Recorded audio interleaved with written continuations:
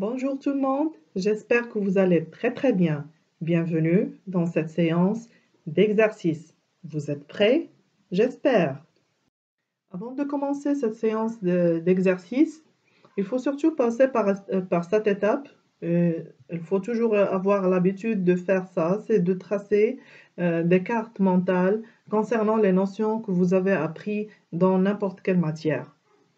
Vous allez faire de l'ordre dans votre cerveau en mettant de l'ordre dans des notions que vous avez vues, bien sûr un ordre logique avec des liens logiques qui vous facilitent un petit peu l'apprentissage et même le jour de l'examen, vous allez trouver ces notions facilement. Alors, on avait vu les actions mécaniques, c'est par ça qu'on avait commencé. On avait distingué deux sortes d'effets pour ces actions mécaniques, les effets statiques et les effets dynamiques. Donc, pour les effets statiques, c'est surtout les déformations. Les effets dynamiques, c'est comme leur nom indique, ça concerne les corps en mouvement. On va faire des modifications de la vitesse ou bien changement de direction. D'accord? Après, on avait vu ces actions mécaniques, on l'avait modélisées par des forces pour pouvoir les étudier et pouvoir les mesurer. Et on avait précisé les caractéristiques pour ces forces qui sont les points d'application, droite d'action et le sens d'action et l'intensité qui se mesure avec un dynamomètre. En passant par le corps et ses conditions d'équilibre, et on a terminé par enlever l'ambiguïté entre deux notions scientifiques et physiques qui sont la masse et le poids. Alors, on commence les exercices par cette situation. Un élève qui tire l'extrémité du fil d'un dynamomètre, comme le montre la figure ci-contre. La première question, on vous demande de préciser le type d'action mécanique exercée par la main sur le fil. Dans ce genre de questions, il faut répondre, est-ce que cette action, elle est de contact ou bien à distance? C'est ça ce qu'il faut répondre. Pour la deuxième question, ça concerne les caractéristiques de la force T exercée par la main de l'élève sur le fil du dynamomètre. La troisième question, ça concerne la représentation. Donc, on ne peut pas représenter cette force sans préciser les caractéristiques. Donc, les caractéristiques, vous le savez déjà, c'est le point d'action, la droite d'action, le sens et l'intensité. Pour la solution de cet exercice, pour la première question, c'est demander de préciser le type d'action mécanique exercée par la main sur le fil. La question qu'on va se poser, c'est est-ce qu'elle est localisée? Est-ce qu'elle est de contact en premier lieu? Est-ce qu'elle est à distance? Donc, on va se poser cette question. Est-ce que la main touche au fil? Oui. Donc, c'est une action de contact. Est-ce qu'il touche ce fil à une surface très grande? Non. À un point. Donc, elle est localisée. Donc, il touche au fil à une surface ponctuelle. Elle est comparable à un point. Donc, c'est une action de contact localisée. D'accord? Pour la deuxième question, c'est demander les caractéristiques d'une force T.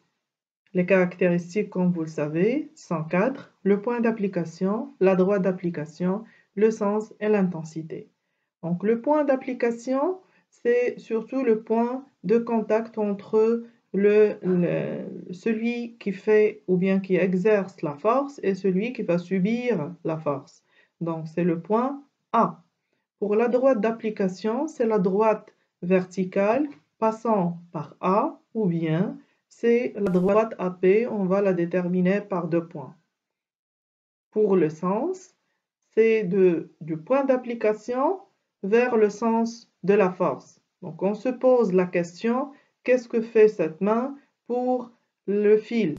Il le tire vers le bas. Donc le sens, c'est de A vers le bas.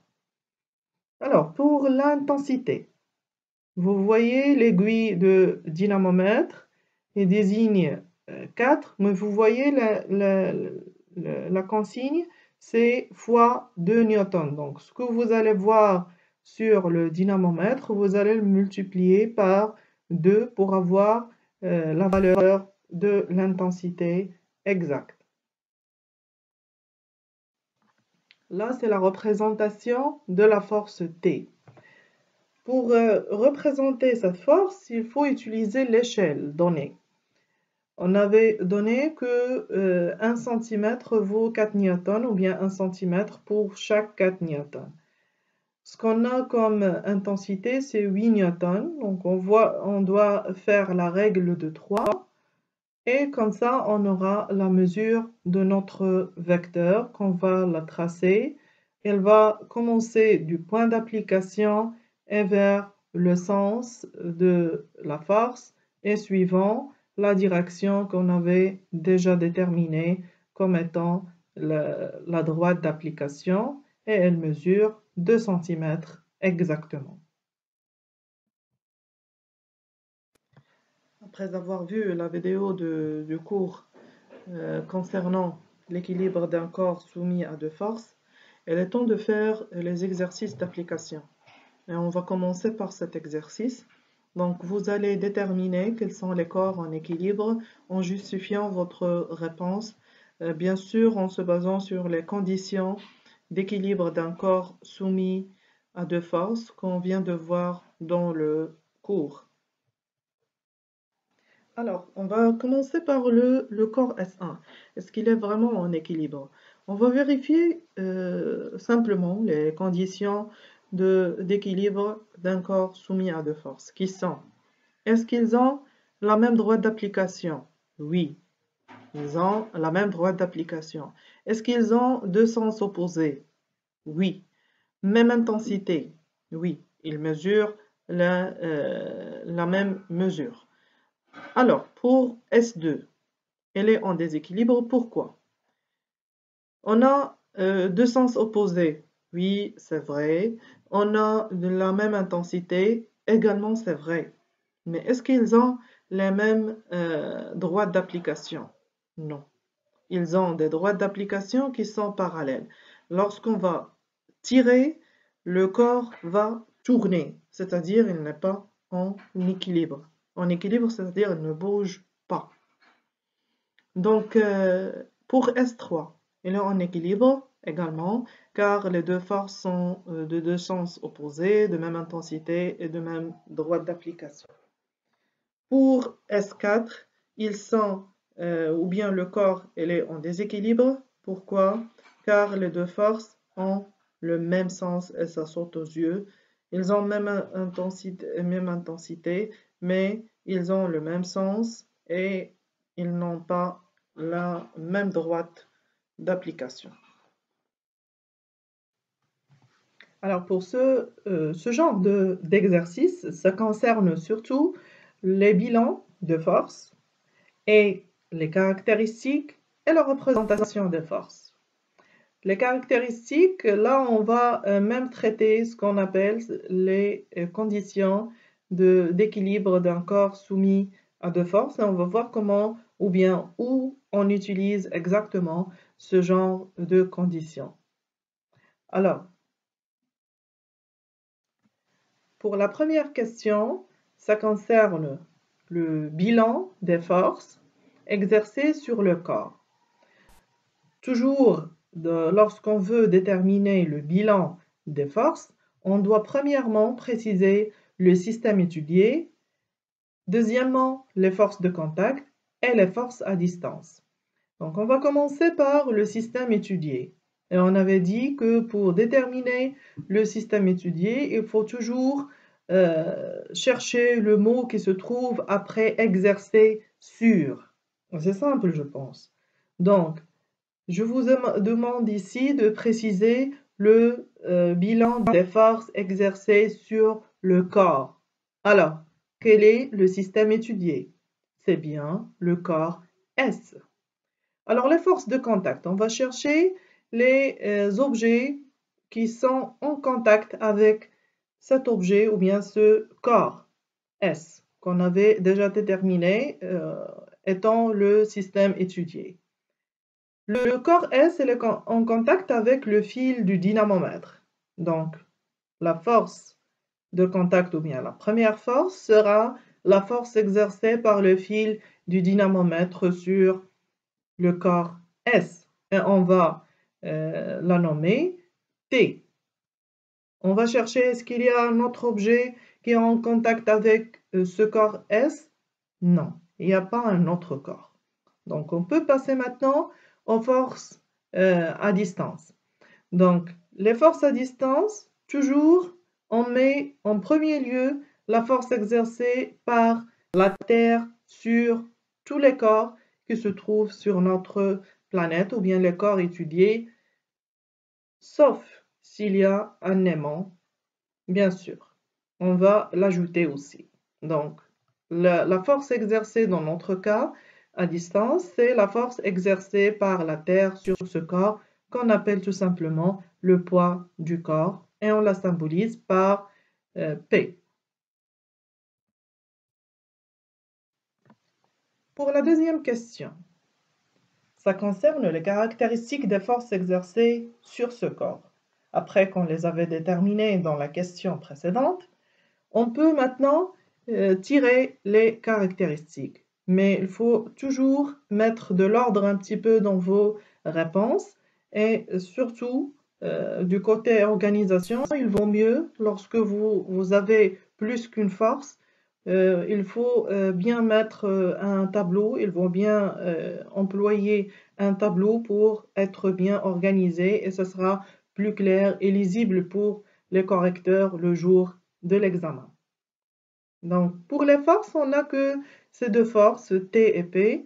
Donc, pour la force T, qui est exercée par le fil du dynamomètre sur notre objet ou bien notre corps S, son point d'application, c'est A. La droite d'application, c'est toujours une droite passant par le point d'application. Donc, le point d'application, toujours, elle doit être, ou bien elle doit apparaître dans cette case de la droite d'application. Donc là, c'est la droite verticale AG passant par A. Pour le sens, c'est toujours du point d'application vers le sens de la force. Donc, c'est de A vers le haut, puisque ce fil, il va tirer notre objet ou bien notre corps S vers le haut. L'intensité, c'est déjà mentionné par le dynamomètre, c'est T est égal à 3 newtons. Et faites très attention, dans la case de l'intensité, il faut toujours qu'on cite T sans flèche. Flèche, on la met juste pour représenter les forces. Pour l'intensité, c'est quand vous faites en mathématiques, c'est la norme, donc on va éliminer la flèche par conséquent. Donc pour P, ces caractéristiques sont fixes, donc c'est toujours le centre de gravité qui est comme point d'application. La droite d'application, c'est la verticale passant par G et le sens, c'est de G vers le bas ou bien vers le centre de la Terre. L'intensité, on va la tirer ici en se basant sur les conditions d'équilibre d'un corps soumis à deux forces, puisque notre corps il est soumis à deux forces qui sont la force exercée par le fil de dynamomètre et la force exercée par la Terre. Donc, leurs intensités vont être égales. Donc, P est égal à T est égal à 3 newtons.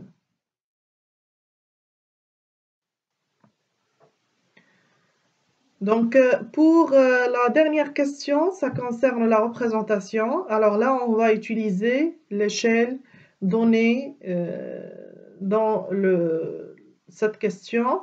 Donc, on va l'utiliser comme ça. Donc, vous mettez l'échelle et puis vous mettez les newtons de même côté, c'est-à-dire ce que vous avez comme valeur d'intensité, au-dessous de 1 newton qui est donné dans l'échelle et vous mettez ce qui est en centimètres ou bien ce qu'on cherche, la mesure en centimètres, au-dessous de 0,5 cm. Et vous allez faire la règle de 3, c'est-à-dire vous allez multiplier les diagonales et vous allez diviser par 1 newton qui est devant le x centimètres. Et comme ça, vous allez avoir x est égal à 1,5 cm et vous allez la représenter dans votre figure. Merci de votre attention, bon courage et à la prochaine vidéo.